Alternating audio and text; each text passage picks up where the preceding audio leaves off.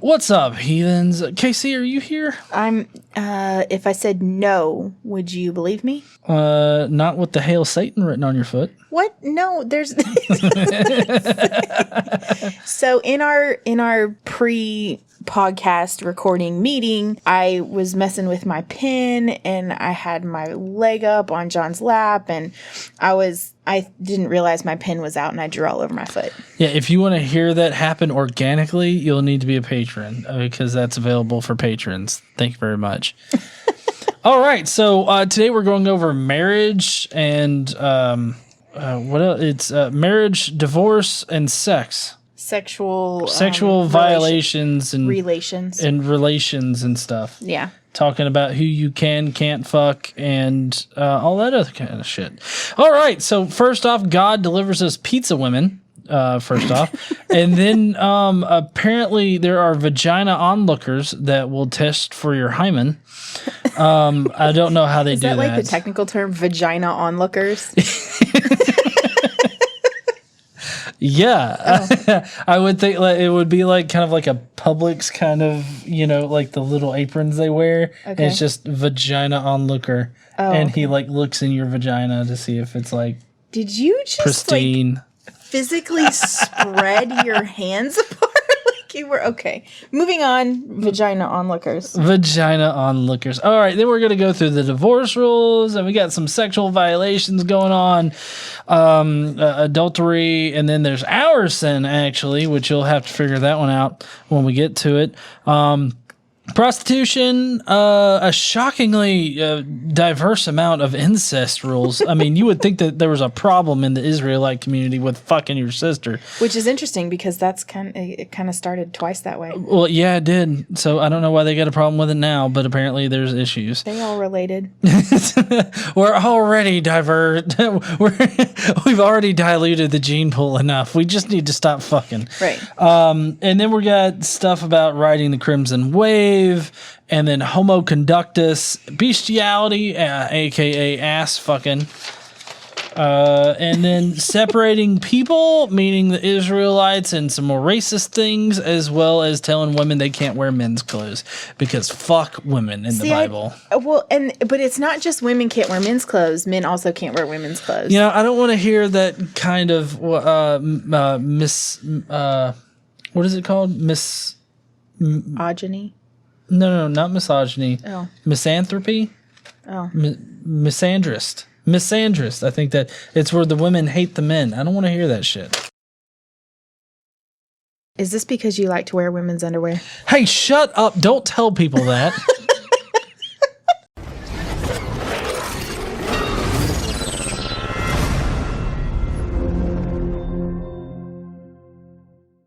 What's up, heathens? How y'all doing?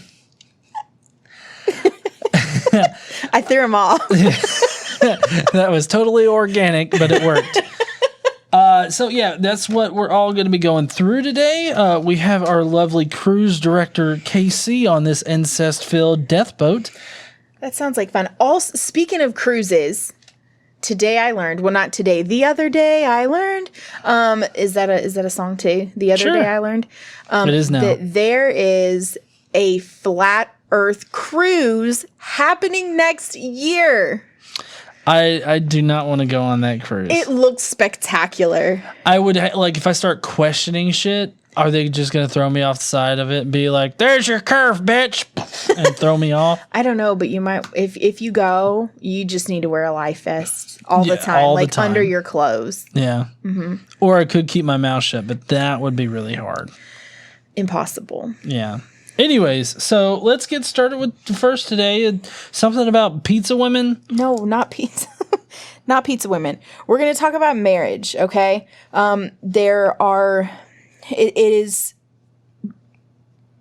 Polygamy is something that is practiced a lot in ancient law, but there is nothing in the laws of Moses about any prerequisites for marriage or regarding any required formalities.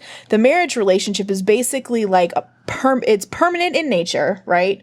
It's a permanent thing and necessary for the establishment of Christian. Oh, shit. and necessary for the establishment of certain rights for the legitimacy of sexual relationships, right? And also children. So wait, rights for sexual Yeah, because you can't have sex outside of marriage. Well, yeah, true. I thought that whole concept is kind of rooted in having like pure blood offspring or something like that. Oh, all they blood is pure. Because they be fucking their sisters and cousins. It's like Alabama out in here, guys. What? It's also interesting that they all of a sudden seem to have a problem with like having kids outside of marriage and sex outside of marriage, because that's been a normal thing, at least for the men. The men are allowed to do it. Maybe that's just because the society in the time, like I mentioned before, polygamy was, and it was part of, it was just part of life. Right. Then, but not necessarily with the Israelites. The Israelites generally disapprove of that kind of thing. So let me get this straight. Every conservative out there that's like keep the traditional marriage going. The traditional marriage is primarily for sex rights. Yeah. Okay. So whenever you hear traditional marriage being brought up or them wanting to do away with the homo marriage, just remember they're fighting over the right to fuck their own wives. Well, just women, like. Women in general. Yeah. So, like, the whole idea of, like, proper marriage now, like, how people think of one man, one woman, it was Adam and Eve, not Adam and Steve, although it would have been Adam and Steve had God made Steve out of Adam's rib. Anyway, the notions of proper marriage and stuff like that doesn't come from here. No. It doesn't, because, I mean... obviously, God is fine with like multiple women marriages to one man, having a slave and fucking the slave, as long as you do it properly. Well, usually they only have the one wife. You only have the one wife. Oh, and then there's concubines. Yeah. All right, so are we ready to get into it? Yeah, men in this society are like, fuck yeah, concubines. Okay, so we're going to talk, mainly this whole section is from Deuteronomy chapter 21 and a little bit, one verse from 24. So first thing we're going to talk about is marrying a captive woman. Okay, so when you go to war against your enemies and the Lord your God delivers them into your hands and you take captives, if you notice among the captives a beautiful woman and are attracted to her, you may take her as your wife. Bring her into your home and have her shave her head, trim her nails, and put aside the clothes she was wearing when captured. After she has lived in your house and mourned her father and mother for a full month, then you may go to her and be her husband. She shall be your wife. If you are not pleased with her, let her go wherever she wishes. You must not sell her or treat her as a slave, since you have dishonored her. I wonder how closely they followed that. Like, I don't know. I could just see them sort of tossing her out on her ass with nothing. It kind of seems like an impossible situation for the conquered woman. Well, kind of, yeah, because she doesn't really have much of a choice. Yeah, because right? she'll be thrown out. She can't, like, nobody can take her. I mean, she has to be fair. She has a month to escape. I was like, wait a second. God didn't say anything about escape. No, but she does have a month. She does have a month to get out of there before he's going to dishonor her. Well, right, but also I like how it's not the woman's decision; it's always the man's decision. Any place where it talks about like these kind of relations, right? Just man-woman relations, it's always up to the man. The man makes the decision. It's never the woman's decision. No. So, I mean, it's not the woman's decision whether or not she stays with the guy. No. And a lot of Christians now would paint that as, oh, he's doing her a favor. Oh, you mean he did her a favor when he went in and killed her whole family and then took her for his own sexual pleasure? Fuck, I didn't realize that was treating the girl good. It's not. Don't get any fucking ideas. Oh, I was going to say, should I have done that for you? I mean, if I captured you and just put you in my old house for like a month. I would have died. It was not that bad. You would have had the dogs to keep you company. Oh, yes. Okay. So the next section is about the first year of marriage is for the man a year of freedom. Okay, so if a man has recently married, he must not be sent to war or have any other duty laid on him. For 1 year, he is free to stay at home and bring happiness to the wife he has married. Oh, wait, bring happiness to her. I feel like that means just fucking her all the time and getting her pregnant. Yeah, probably. Because, I mean, if you think about it, like, if he fucks her, gets her pregnant, like, as soon as they get married, and then she bears a child, and then he's there for a little while, and then he goes off to war. Yeah. It seems like a perfect amount of time, 1 year. Well, I mean, they kind of have to do that because you don't want to send him away. The whole idea is to make more fucking Israelites. Right. Yeah. Okay, so the next part, Deuteronomy chapter 22, if a man takes a wife and after lying with her dislikes her and slanders her and gives her a bad name saying, I married the woman, but when I approached her, I did not find proof of her virginity, then the girl's father and mother shall bring proof that she was a virgin to the town elders at the gate. What are they gonna bring? Here's her hymen right here. We got it. We got the pink slip. A certificate. I guess maybe there's like a certificate of authenticity. I mean, do you think the vagina onlookers have like a notary stamp? But I mean, if he laid with her, she wouldn't be a virgin anymore, even if she was. So there's really no way to prove that she was beforehand unless they gave women exams prior to marriage and then they had some sort of fucking certificate. That's what I'm saying. Certificate of authenticity. Validated. Validated. Yeah, I don't understand how, like, these laws are supposed to be ironclad or anything resembling like actual workable laws. Because, I mean, there just seems to be so many loopholes here and they're so vaguely stated and everything. Like, it's just like a half-assed fleshing out of it. Well, do you want me to give you some more details about this? Oh, I would love more details about how to cast out my new wife. Okay, so the girl's father will say to the elders, I gave my daughter in marriage to this man, but he dislikes her.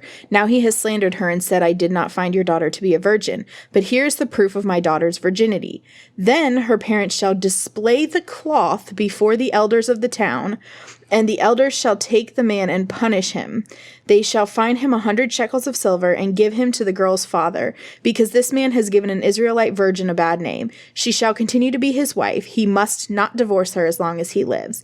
I don't know what fucking cloth they're talking about. But yeah. I don't know either, but can you just imagine the father coming out like, look, I got her hymen right here, and he flings it, gets it in his eye, like, oh shit. Yeah, that's a good hymen right there. That's not even how that works. You don't know. I do. Yeah. They don't know. They don't know.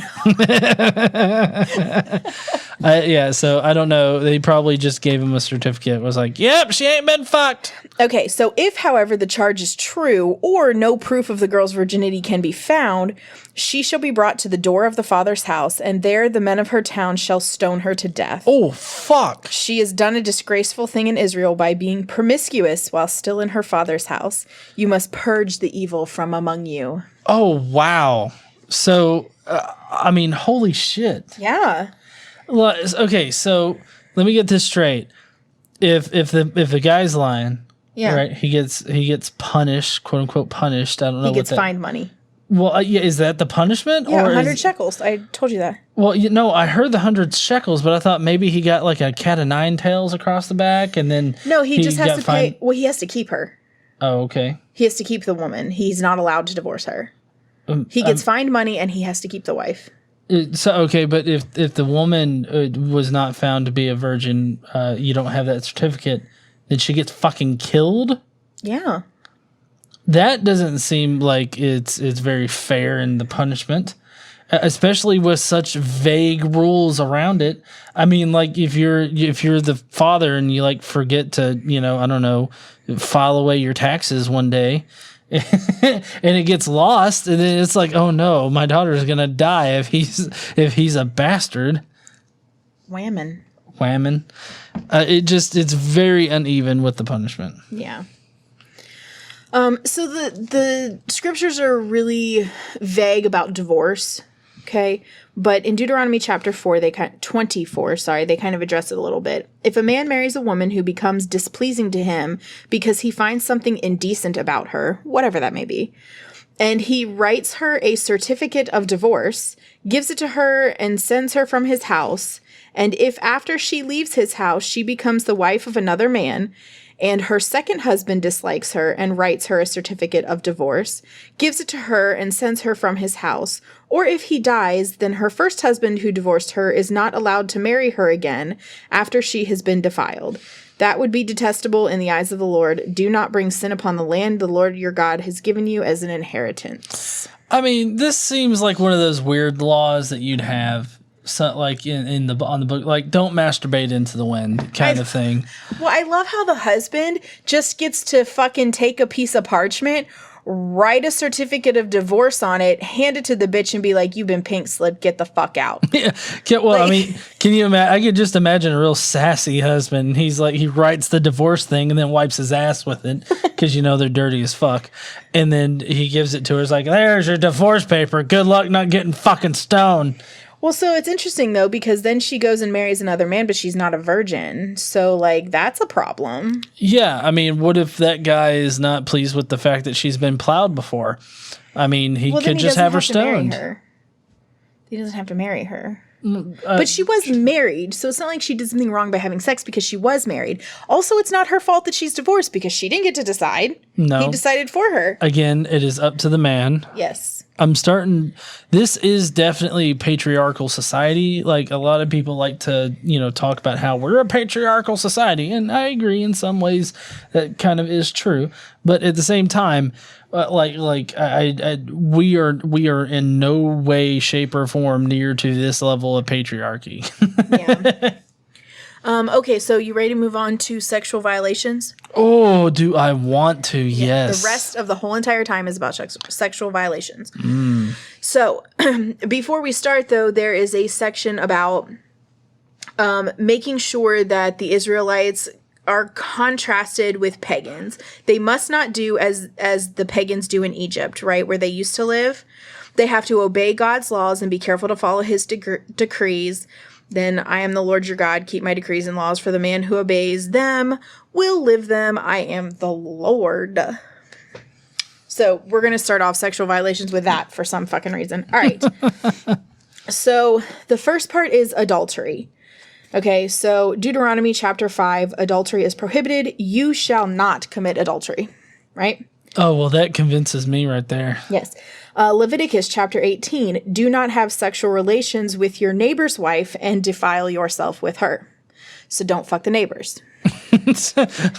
Damn it. You can just imagine all the Jews right now. They're like, fuck, I thought we were going to get that one. In Leviticus chapter 20 and Deuteronomy chapter 22, if a man is found sleeping with another man's wife, both the man who slept with her and the woman must die. You must purge evil from Israel. Whenever something is talking about, you must purge evil, you might want to step back for a minute and be like, I don't know about this yet. Yeah, you might want to get some sort of fire retardant, something to throw over you. Yeah. Because God's about to fucking flame your ass. Okay, let's see. Deuteronomy chapter 22. If a man happens to meet in a town a virgin pledged to be married, and he sleeps with her, you shall take both of them to the gate of that town and stone them to death. The girl, because she was in a town and did not scream for help, and the man, because he violated another man's wife. You must purge the evil from among you. Oh, of course. Oh, that was for a woman who's betrothed. Oh, okay. Yeah. Because she's pledged to be married to somebody else and you done fucked her. So you ruined her for her husband. Yeah. Yeah. Okay. In Leviticus chapter 19, there are some rules here where a betrothed is a slave. If a man sleeps with a woman who is a slave girl promised to another man, but who has not yet been ransomed or given her freedom, then there must be due punishment. They are not to be put to death because she had not been freed. The man, however, is fine to fuck her if she's a slave. That's cool, but she's betrothed. She hadn't been freed yet, so we have a little bit of a problem because she was going to be freed. Okay? The man, however, must bring a ram to the entrance of the tent of the meeting for a guilt offering to the Lord. With the ram of the guilt offering, the priest is to make atonement for him before the Lord for the sin he has committed, and his sin will be forgiven. Okay, so let me get this straight. The man rapes the slave that's betrothed to another person, and he can just have the sin wiped away. Like, what happens to the girl? Is she just used up now? Yeah. And I mean, is she stoned or anything? Well, no, because she had not been freed, so she's not going to be punished or killed. Oh, okay. But she's not a virgin anymore, so she's unclean. I don't know. I can see them taking it as like, oh, look, rape train on the slave girl. Yeah, no. That was probably something that happened, but I don't know.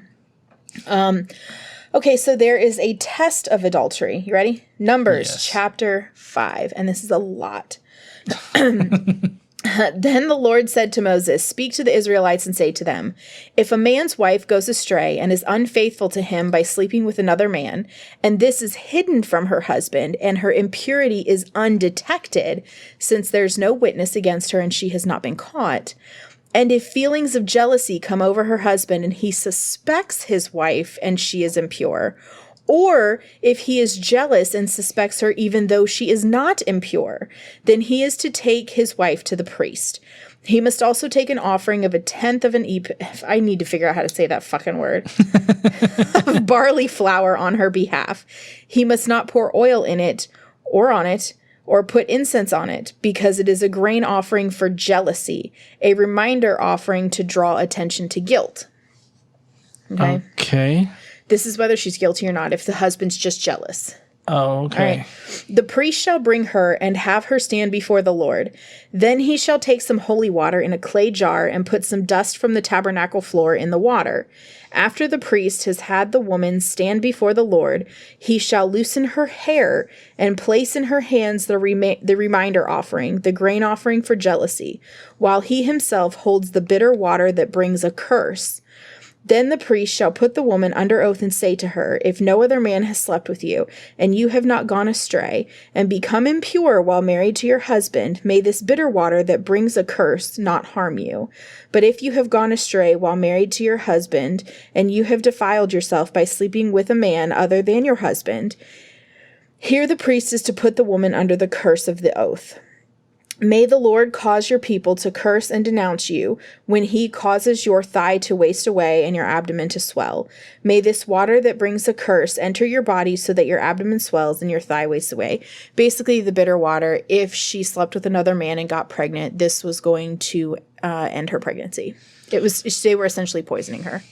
Well, yeah. Well, I mean, but it doesn't kill her. It just kills the prospective baby. Right. So God's okay with abortion as long as it's kind of like, oh, the bitch got out of the yard and got fucked by the neighbor dog. Yeah. Kind of thing. Yeah. Okay. Then the woman is to say, amen, so be it. The priest is to write these curses on a scroll and then wash them off into the bitter water. He shall have the woman drink the bitter water that brings a curse, and this water will enter her and cause bitter suffering. The priest is to take from her hands the grain offering for jealousy, wave it before the Lord, and bring it to the altar.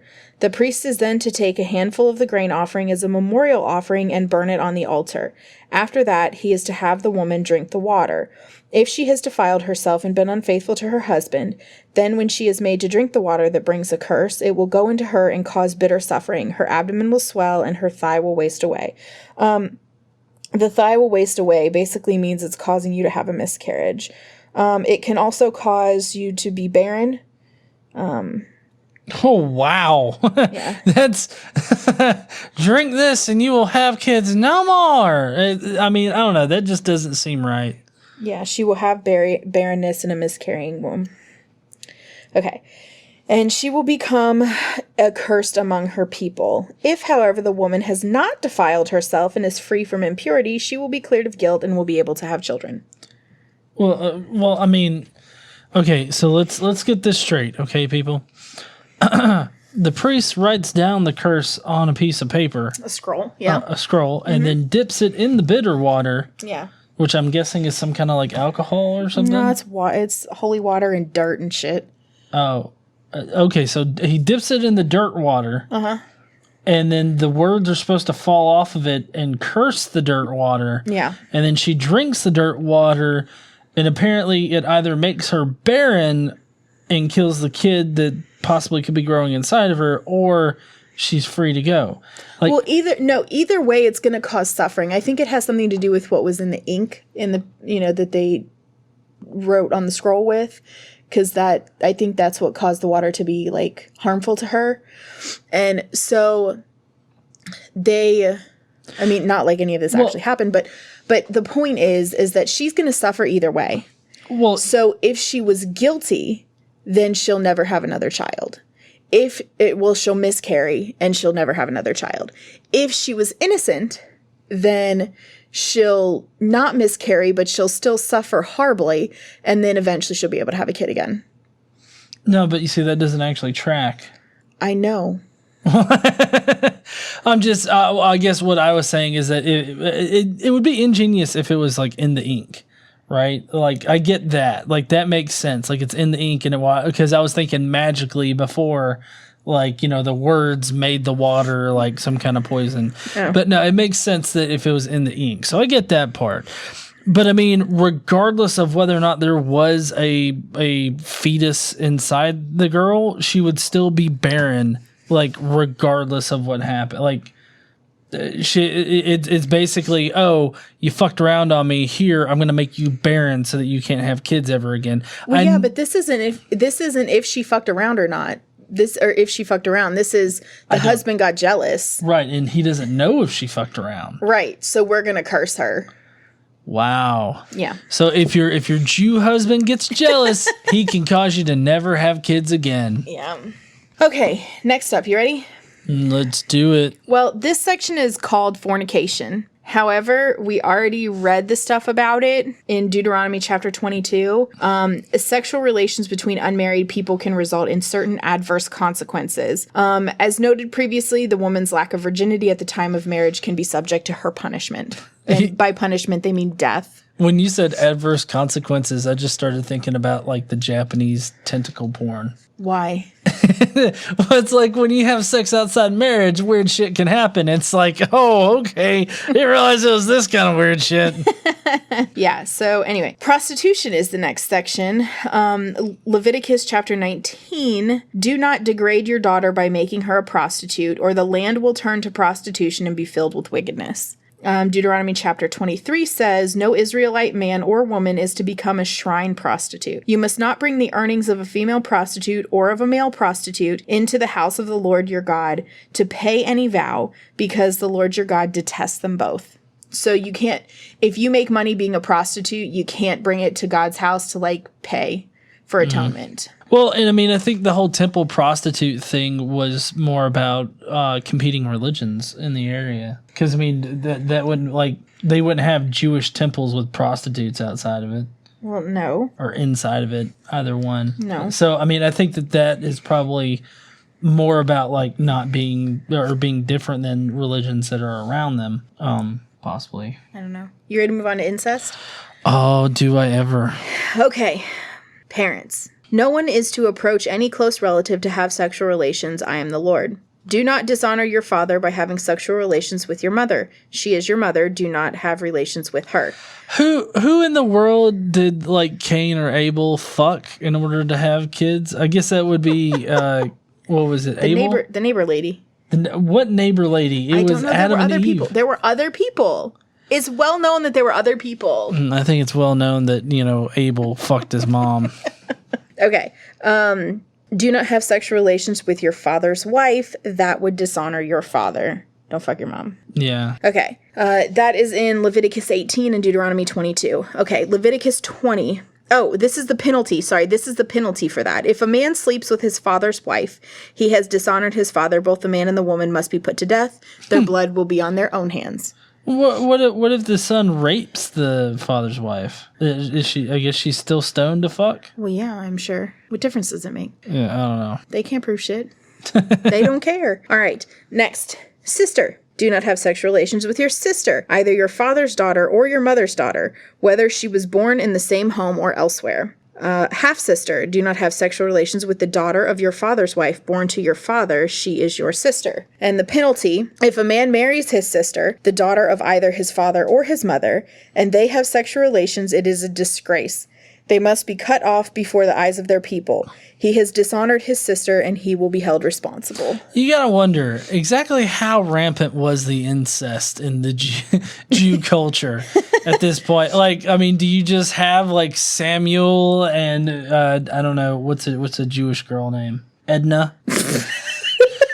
Samuel and Edna are just fucking it out in their tent? I don't know. All right, granddaughter. Do not have sexual relations with your son's daughter or your daughter's daughter. That would dishonor you. Aunt or uncle. Do not have sexual relations with your father's sister. She is your father's close relative. Do not have sexual relations with your mother's sister because she is your mother's close relative. Do not dishonor your father's brother by approaching his wife to have sexual relations. She is your aunt. Penalty. Do not have sexual relations with the sister of either your mother or your father, for that would dishonor a close relative. Both of you will be held responsible. If a man sleeps with his aunt, he has dishonored his uncle. They will be held responsible and they will die childless. Oh, well, hold on. Does that mean that they'll die right then? Or it's like, eventually you'll die, but you won't have kids? No, I'm pretty sure they die right then. Oh, okay. Daughter-in-law. Do not have sexual relations with your daughter-in-law. She is your son's wife. Do not have relations with her. The penalty, if a man sleeps with his father's wife, he has dishonored his father. Both the man and the woman must be put to death. Their blood will be on their own hands. Okay. Sister-in-law. Do not have sexual relations with your brother's wife. That would dishonor your brother. If a man marries his brother's wife, it is an act of impurity. He has dishonored his brother, and they will be childless. Didn't God kill a guy because he didn't impregnate his brother's wife with his own Well, kid? His brother died. That's different. Oh, okay. So if the brother's dead, the wife is free reign. Okay. Yeah. Well, not free reign. If the brother dies, that's who she marries. All these rules are confusing. I feel like, I mean, it's almost like you have to have like a Jew book on your mantle in order to consult all of these different Jew rules. Yeah, that's what this is for. Oh, that's right. Yeah. Okay. Mother and daughter. Do not have sexual relations with both a woman and her daughter. Do not have sexual relations with either her son's daughter or her daughter's daughter. They are her close relatives. That is wickedness. If a man marries both a woman and her mother, it is wicked. Both he and they must be burned in the fire, so that no wickedness will be among you. You know what I haven't heard? Huh? Cousins are not off limits. No, cousins aren't off. Well, they don't have a choice. All right, two sisters. Do not take your wife's sister as a rival wife and have sexual relations with her while your wife is living. Wait, hold on. Say that again? Like, as a rival wife? Yeah. What if you take her as a concubine? Is that possible? I mean, it doesn't say... Don't do that. Well, it says... do not take her as a rival wife and have sexual relations with her. So I don't know. It doesn't say and or. Yeah. I mean, I guess we could argue semantics. They had lawyers back then. Yeah, they did. I'm good at the lawyering. Okay. That's it for incest. You ready to, damn. Yeah. You ready to go into violation of uncleanness? You know, they didn't cover like grandfather and great grandfather and great grandchild. So I'm wondering if that's still on the table. I feel like the age difference is enough to where it would be a child, and elsewise it would be not right. I think before they die. Like the old person would die before the person was not a child. Maybe. Anyway, violation of uncleanness. Because a woman is considered ceremonially unclean during her menstrual period, sexual relations during that time are prohibited. Oh, that's the riding the crimson wave. Yeah. Or tide, whatever. So Leviticus chapter 18 and 20 is where this comes from. Do not approach a woman to have sexual relations during the uncleanness of her monthly period. The penalty. If a man lies with a woman during her monthly period and has sexual relations with her, he has exposed the source of her flow, and she has also uncovered it. Both of them must be cut off from their people. Damn. Yeah. One crimson tide ride. and it's like you're out of the gang. Yep. That's kind of harsh, don't you think? I mean, I do.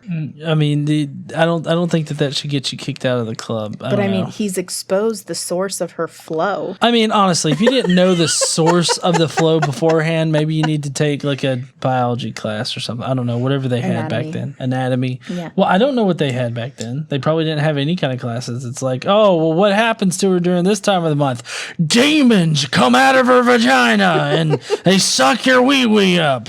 It's like, oh, okay, thanks. We still have never watched Teeth. What? No. You remember? Mm-hmm. You do remember. I know you remember. I do remember, and no. Oh, okay. A woman going around with pussy teeth? No, we're not watching that. Okay, next up, homosexual practices. Oh, this is the homo conductus. Okay, homosexual conduct is prohibited. Do not lie with a man as one lies with a woman. That is detestable. Mm-hmm. The penalty: if a man lies with a man as one lies with a woman, both of them have done what is detestable. They must be put to death. Their blood will be on their own hands. Yeah, and I always like it how the apologists get around this part. Like, I literally had a Jehovah's Witness woman standing in front of me, and I asked her to read that particular verse. She fucking half-assed it. Why? Why? I'm guessing she didn't want to read the part that says, then their blood will be upon their hands, like, kill them. Yeah. Like, she only read... I mean, it straight says put them to death. Well, yeah, I know. But they must be put to death. Leviticus chapter 20, verse 13. Well, that's what I'm saying. She half-assed the verse because she only read half the verse, and then she stopped when it talked about killing them. Yeah, of course. They don't ever want to talk about the uncomfortable things. Well, you know, I mean, it's honestly, that's one of the reasons why I'm so opposed to the idea of objective morality. And I don't think that it exists because at this time, you know, when in the time that they're talking about in the Bible, that would have been fine. Putting these people to death not only would have been fine, it would have been what you had to do to please your God, and everybody would have been happy to do it. But now they can't even hardly talk about it because they know it's wrong, right? Mm-hmm. Because society tells them it's wrong, and they know that it is not the right thing to do. So that's just, that is an indication to me that morality, even though the book is exactly the same as it was then, it's exactly the same as it was not technically delivered to Moses, but in the story as delivered to Moses, it's the same as it is then, as it is now. I mean, except for all the translations and everything else, if you want to get into all of that. But anyways, it's the same. Then it was fine. Now it's not. And so morality is not objective. No, I wouldn't say that morality is objective at all. I'm right there with you on that.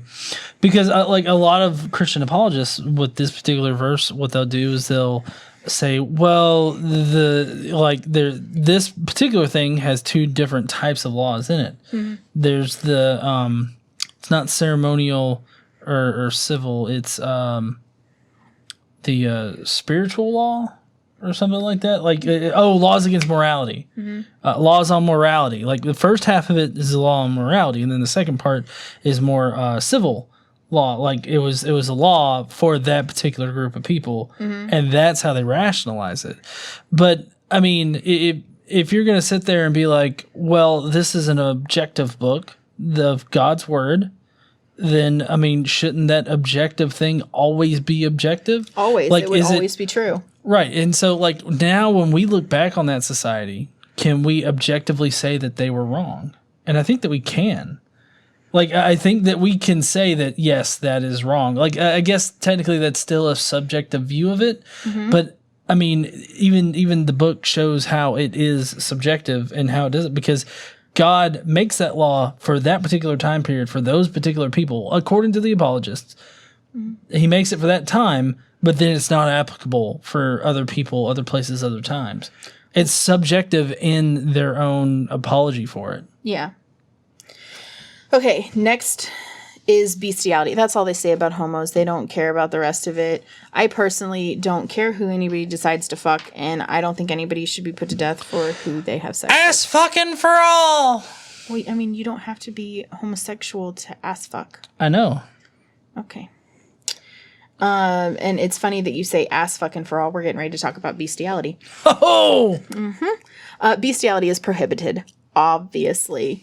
Do not have sexual relations with an animal and defile yourself with it. A woman must not present herself to an animal to have sexual relations with it. That is a perversion. If a man has sexual relations with an animal, he must be put to death, and you must kill the animal. If a woman approaches an animal to have sexual relations with it, kill both the woman and the animal. They must be put to death. Their blood will be on their own heads. This time on their heads. Yeah. So, in conclusion, do not defile yourself in any of these ways, because this is how the nations that I am going to drive out before you became defiled. Even the land was defiled, so I punish it for its sin, and the land vomited out its inhabitants. But you must keep my decrees and my laws. The native-born and the aliens living among you must not do any of these detestable things, for all of these things were done by the people who lived in the land before you, and the land became defiled. And if you defile the land, it will vomit you out, as it vomited out the nations that were before you. So there's a popular meme going around that's Black Panther, and he's like, no, we don't do that here. And I'm just imagining that meme right now with everything that we've gone over right here. It's like, can I fuck a horse? No, we don't do that here. Everyone who does any of these detestable things, such persons must be cut off from their people. Keep my requirements and do not follow any of the detestable customs that were practiced before you came, and do not defile yourselves with them. I am the Lord your God. Well, I would like to point out how this right here actually just said exactly what I had said earlier in it, that this was all of these rules and everything like that was more about separating themselves from the surrounding religion and community and other people. Yeah, which is interesting because in Leviticus chapter 20 it says, "But I said to you, you will possess their land. I will give it to you as an inheritance, a land flowing with milk and honey. I am the Lord your God who has set you apart from the nations." Yeah. And I mean, it's painfully obvious that they only made these rules because they left. Like, okay, just a little bit of a nerdy thing right now. So archaeology has shown us a lot of different things about like Old Testament time periods. Yeah. One of those things is the origins of the Israelite people. And it actually, a lot of evidence leads us to consider the fact that they are just Canaanites that left the Canaanite region or whatnot, or the people, and started to live in these different areas, and that's how they started the Israelite nation. And it, like, you know, the parts and numbers where they talk about having so many millions of people, that is not supported by history at all. Like, that archaeologically, there was like very few numbers of Israelites, like on the hundreds almost. Well, there's also no evidence of like mass enslavement in Egypt. Right. Of these people. Right. There's none of that. Actually, there's the first mention of any Israelites, I think, is in 1206 BC, which is about 200 years after Abraham. That's about 200 years about after Abraham was supposed to have been like that. Yeah. And that's when supposedly the whole Exodus thing was to happen. But, that's how we know that there wasn't a lot of them. Because, like, on that particular tablet, they mentioned the Israelites, but they only mentioned them as a people group and not, like, a city-state. Yeah. And that is more of an indication of their size rather than, like, how people around there considered them. Like, they just were not a very large group. Well, and, you know, according to the Bible, there were, 660-some thousand odd men. Yeah. So they would have been a much bigger deal. People would have talked about them. Oh, yeah, a lot more than we actually find in history. They would have clashed with people, had wars. Like, there would have been a lot of evidence of them. Okay, the last thing today is separation of sexes. Okay, so in Deuteronomy chapter 22, basically... Finally, we're going to separate the men from the women, from the pussy men.